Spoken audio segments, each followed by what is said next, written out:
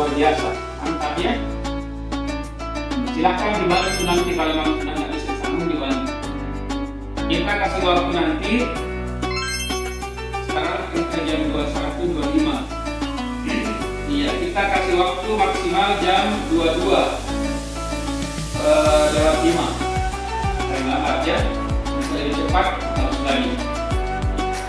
Kelancaran kedua, hafalan ya, hafalan yang kedua tentang penyebutan hurufnya. Ini tolong diperhatikan. Saya bahasa ini sejak masuk belum pernah ditangkis.